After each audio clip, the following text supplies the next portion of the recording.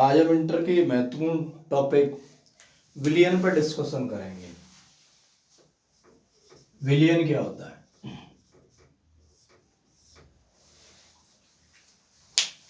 विलयन क्या है? विलेय और विलायक के मिश्रण को विलयन कहते हैं। किसकी को? विलेय प्लस विलायक। विलेय और विलायक मिलकर विलयन बनते हैं। विलेय क्या होता है? विलेय होता है जो घुल जाए या जिसकी मात्रा कम हो। विलायक क्या होता है? जिसमें घोला जाए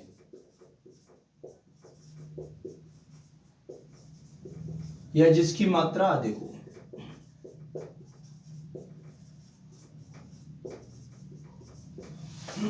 इसे हम विलयन कहते हैं। जैसे विलेय मान लीजिए चीनी और विलायक मान लीजिए पानी, और चीनी पानी के मिश्रण को हम कहेंगे विलयन। विलयन मतलब कोई भी नाम क्या देते हैं हम? चीनी पानी में शरबत। ये क्या हो गया? ये एक विलयन हो गया। इसमें चीनी क्या है? विलेय है, और पानी क्या है? विलायक है। ठीक है। अब ये कितने प्रकार के होते हैं विलेय और वो विलयन? तो विलयन के प्रकार हो जाएंगे, पदार्थ तीन प्रकार के होते हैं, ठोस और फिर द्रव और गैस। तीन प्रकार के पदार्थ होते हैं। वैसे 5 प्रकार है, लेकिन हमारे यहाँ 3 ही प्रकार की हम बात करेंगे विलयन में। तो अब विलयन कितने प्रकार के हो जाएंगे? तो अब एक ठोस के साथ यदि ठोस को मिलाएंगे और फिर द्रव को मिलाएंगे और फिर गैस को, तो 3 तो ये हो गए। एक यानी ठोस ही रहेगा। दूसरा, इसमें ठोस, द्रव, गैस। ऐसे ये ठोस, द्रव, गैस। हमारे पास कितने प्रकार के विलयन हो गए? 9 प्रकार के विलयन हो गए। कैसे? अगर ठोस ठोस को मिलाएंगे तो वह विलयन का निर्माण करेगा।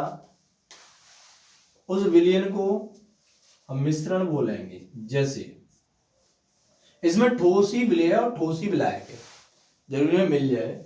जैसे मिश्र धातु, ठीक है। अब ये जो है, ये क्या है? विलायक है और ये विलेय है। यानी हमें क्या करना है? ठोस में ठोस को मिलाना है तो वो मिश्र धातु हो गई। ठोस को द्रव में मिलाना है तो वो क्या हो गया? हम चीनी को मिला सकते हैं। चीनी ठोस है पानी में, ये विलेय हो गया। अब ठोस को गैस में मिलाना है। ठोस को किस में मिलाना है? गैस में मिलाना है, तो वो धुआं हो जाएगा।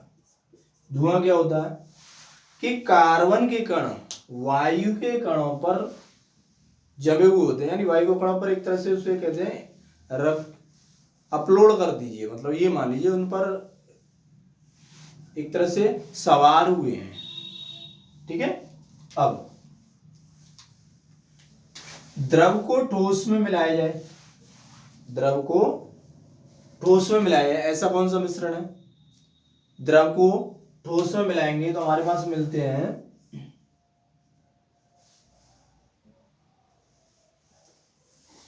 जेल बना सकते हैं, या पनीर हो गया हमारा। ठीक है। द्रव द्रव का विलयन हो गया हमारे पास दूध या पायस। द्रव गैस का हो गया हमारे में द्रव गैस। इसका तो ठोस गैस का एक और हो सकता है, नहीं यहाँ आ जाएगा। द्रव गैस का विलयन मान लीजिए आपका द्रव और गैस, द्रव गैस, हाँ। ये मान लीजिए आपकी जो पेय पदार्थ है। पेय पदार्थों में क्या होता है कि जो विलायक है वो गैस, नहीं ये नहीं होगा, सॉरी उल्टा हो गया। इसके लिए हो जाएगा धूम या कोहरा, धूम या कोहरा। गैस पर द्रव के अणु होते हैं। अब गैस ठोस, किसी गैस में यानी ठोस में गैस को मिलाया जाए, ठोस में गैस को मिलाएंगे तो हमारे पास हो जाएगा ठोस गैस। हाइड्रोजन को पैलेडियम में मिला दो और गैस द्रव, द्रव में गैस हो तो वो हमारे पास होते हैं पेय पदार्थ, और गैस गैस तो वायु का मिश्रण हो जाएगा। इस तरह हमारे पास 9 प्रकार के विलयन प्राप्त हो जाते हैं। अब 9 प्रकार के विलयन हो गए, उसके बाद आता है इनकी सांद्रता। सांद्रता क्या होती है? सांद्रता के द्वारा ही हम विलयन को तनु या सांद्र बोलते हैं। सांद्रता का मतलब है कि जो विलयन बना है उसमें विलय की कितनी मात्रा है, विलयन बना है उसमें विलय की कितनी मात्रा है। तो वह जो मुख्य परिभाषा है उनको हम थोड़ा डिफाइन करते हैं, जैसे द्रव्यमान सांद्रता, आयतन प्रति सांद्रता, उनसे हमें कोई मतलब नहीं है, कुछ ज्यादा नहीं होता है। हमारे लिए जो मेन चीज है वो है मोलरता, नंबर 1। नंबर 2 मोललता, ठीक है। नंबर 3 नॉर्मलता, कहीं कहीं ऐसे लिख देते हैं, कोई दिक्कत नहीं है, ठीक है। तो मेन इन पर डिस्कशन करेंगे हम लोग। मोलरता क्या होती है? मोलरता होती है किसी विलयन की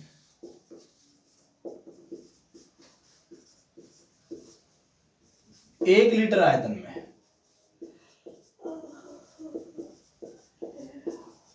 उपस्थित विलय की मूलों की संख्या को मोलरता कहते हैं।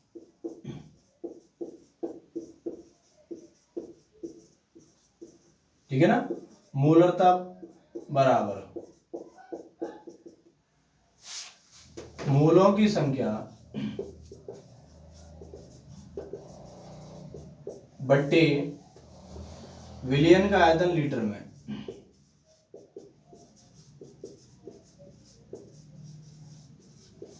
यदि लीटर में ना हो, मिलीलीटर में दिया हो तो 1000 से गुणा कर देंगे।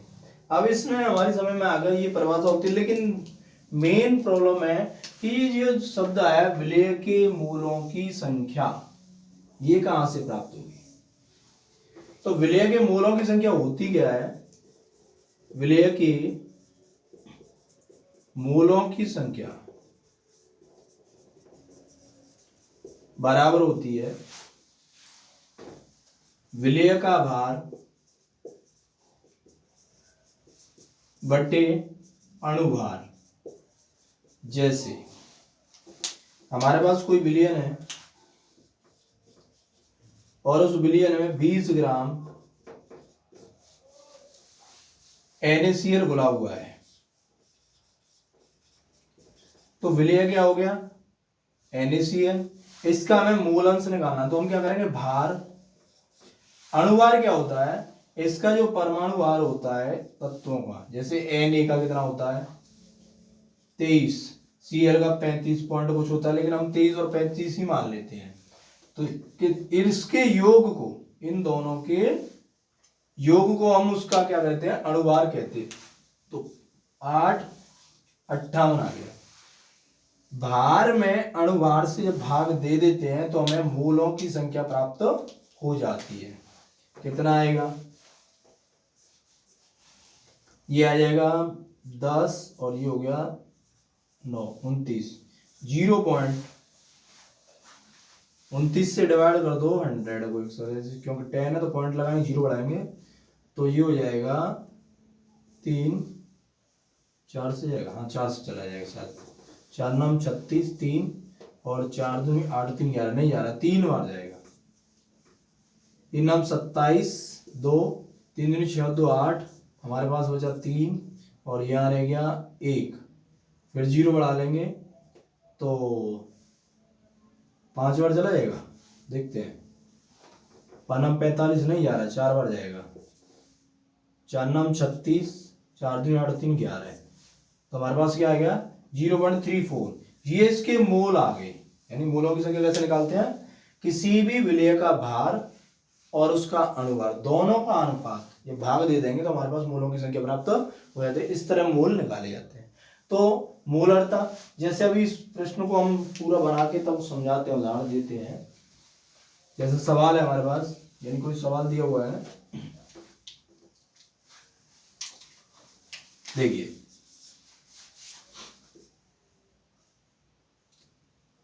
10 ग्राम NaOH को जल में, NaOH नहीं होता, NaCl ले सकते हैं, NaCl को जल में घोला गया, घोल कर 500 ml विलियन बनाया गया।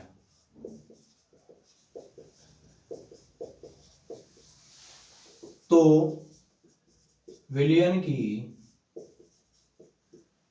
मोलरता ज्ञात कीजिए, मोलरता ज्ञात कीजिए, ठीक है। तो मोलरता बराबर मैंने क्या लिखा है, मोलों की संख्या बटे विलियन का आयतन, लेकिन मोल कौन से होते हैं, विलेय के मोलों की, सॉरी यह लिखा नहीं है, विलेय के मोलों की संख्या बटे विलियन का आयतन लीटर में। तो हमें क्या करना होगा, विलेय के पहले मोल निकालिए। तो विलेय क्या है हमारे पास, NaCl है, कितना है 10 ग्राम। फॉर्मूला क्या है मोलों की संख्या का, कि मोल बराबर मोलों की संख्या बराबर विलेय का भार बटे अणुभार। तो भार कितना है 10 ग्राम, अणुभार कितना हो गया, मैंने बताया था Na का 23 मान लेते हैं और इसको 35, वैसे 35.5 रहता है, लेकिन कुछ नहीं, इसी को माना 58, इससे इसे भाग देंगे तो हमारे पास क्या आता है 5/29, 29 एक 29, 0.1, यानी 50 को डिवाइड कर देंगे 29 से तो 29 आएगा 1, और ये हो गया 4 में से 2 पॉइंट तो लगा ही हुआ, 0 लगाओ, अब ये चला जाएगा शायद तो 8 6 7 बार, 7 नाम 63, 6 7 दूनी 14 20, हाँ 7 बार चला गया, यानी हमारे पास कितना आ गया, और कैलकुलेशन देख लेना वैसे फिक्स है 0.17 आ गया। ये क्या है, ये मोलों की संख्या प्राप्त हो गई। जब हमें मोलों की संख्या प्राप्त हो जाती है तो हमारा सवाल बिल्कुल आसान हो जाता है। अब रख दीजिए मोलरता बराबर क्या होगा, मोलरता बराबर विलेय के मोलों की संख्या 0.17 अपॉन विलियन का आयतन लीटर में, लेकिन हमारे पास किस में दिया है, मिलीलीटर में है, तो 500 ml को जब लीटर में चेंज करते हैं तो क्या करते हैं हम, यहाँ 1000 से गुणा कर देते हैं, इससे ये क्या हो गया, कैंसिल हो गया, तो हमारे पास क्या आ जाएगा, इससे ये 2 आ जाएगा, 2 से मल्टीप्लाई करेंगे 0.34, ठीक है ना। ये आपकी मोलरता आ गई, मोल प्रति लीटर बोलते हैं इसको, ठीक है ना। ये मोलरता हो जाती है। आप समझ में आ गया हो, स्क्रीनशॉट ले लो या फिर इसे नोट कर लो। अब बात करेंगे मोललता पर। किस पर, मोललता। मोललता क्या होती है,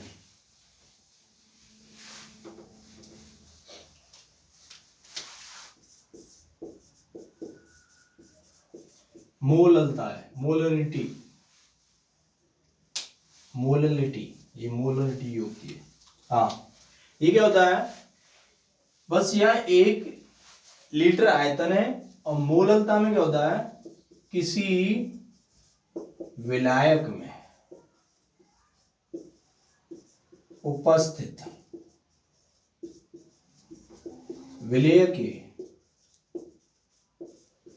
मूलों की संख्या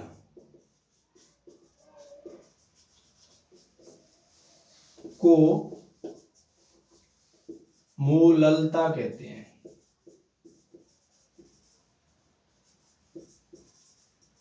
अब क्या होता है, कहीं कहीं दे देता है 1 किलोग्राम, ये शब्द दे देता है 1 किलोग्राम विलायक में उपस्थित विलेय के मूलों की संख्या को मोललता कहते हैं। तो मोललता बराबर क्या हो जाएगा, वही फॉर्मूला है मोललता, बस थोड़ा अंतर हो गया है। मोललता बराबर विलेय के मूलों की संख्या, मूलों की संख्या बटे विलायक का भार किलोग्राम में। अगर ग्राम में देगा तो 1000 से गुणा करना पड़ेगा ऊपर यहाँ पर, और किलोग्राम में तो सीधा रख लेंगे। ठीक है, तो एक देख लेते हैं सवाल कैसे बनेगा इसका। किसी विलयन में 20 ग्राम चीनी 500 ml जल में घोली गई तो विलयन की मोललता ज्ञात कीजिए।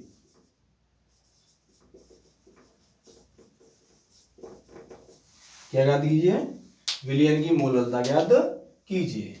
तो हमारे पास विलेय क्या है, चीनी है, और विलायक क्या है, जल है। तो हमें जरूरत क्या है विलेय मोललता में, मोललता में विलेय के मूलों की संख्या ज्ञात करनी है। विलेय क्या हमारे पास चीनी है, तो चीनी का फॉर्मूला होता है C12H22O11। ठीक है ना, C12H22O11। तो हमें क्या करना होगा, इसका अनुभार निकाल लेंगे। एक कार्बन का 12 होता है, हाइड्रोजन का 1 होता है, ऑक्सीजन का 16 होता है। इनमें मल्टीप्लाई 12 से करेंगे क्योंकि 12 अणु हैं, इसके 22 अणु हैं, इसके 11 अणु हैं। तो टोटल कितना होता है 144, 22, 16 66, 16 16 और 6 23। इससे क्या करना है, ऐड कर देंगे। कितना आता है 6 और 2 8, 4 12, 3 2 5 और 9, एक 10 की 0 हासिल 1 और 3 1 4, 402 बैठता है। जोड़ लेते हैं 10 और 2 12, 3 2 5 4 9 और 1 10, ठीक 402 हो गया। ठीक है ना, ये हमारा क्या हो गया, ये इसका अनुभार हो गया। अब हमें क्या निकालना है उसका, हमें मूलों की संख्या निकालनी है। तो मूलों की संख्या होती है भार 20 बटे अनुभार 402, डिवाइड करेंगे तो कितना आएगा 402 डिवाइड बाई 20, पॉइंट लगाओ, जीरो बढ़ाओ, नहीं जा रहा है, एक और जीरो बढ़ाएंगे, जीरो हो गया। तो समथिंग 5 हो गया, यानी 4.9 आएगा, यानी 5 ही मान लेते हैं हम लोग। ठीक है ना, वो डिवाइड कर लेना, कोई दिक्कत नहीं। 0.5 आ गया, 0.05। ठीक है ना, जो भी आता है वैसे मेरे हिसाब से इतना ही, 4 गुना 20, 4 पॉइंट कुछ आएगा, कोई दिक्कत नहीं, लेकिन हम 5 मान लेते हैं।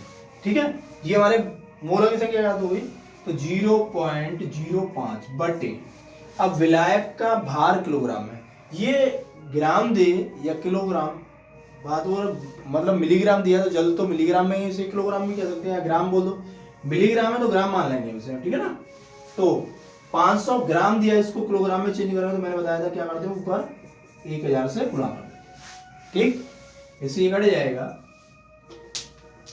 तो क्या हो जाएगा, हमारे पास बचेगा 0.05 इंटू 10 इंटू 5, इससे जे काटेंगे तो 0.01 आ गया, लेकिन 10 से मल्टीप्लाई करेंगे तो हमारे पास 0.1 आ गया।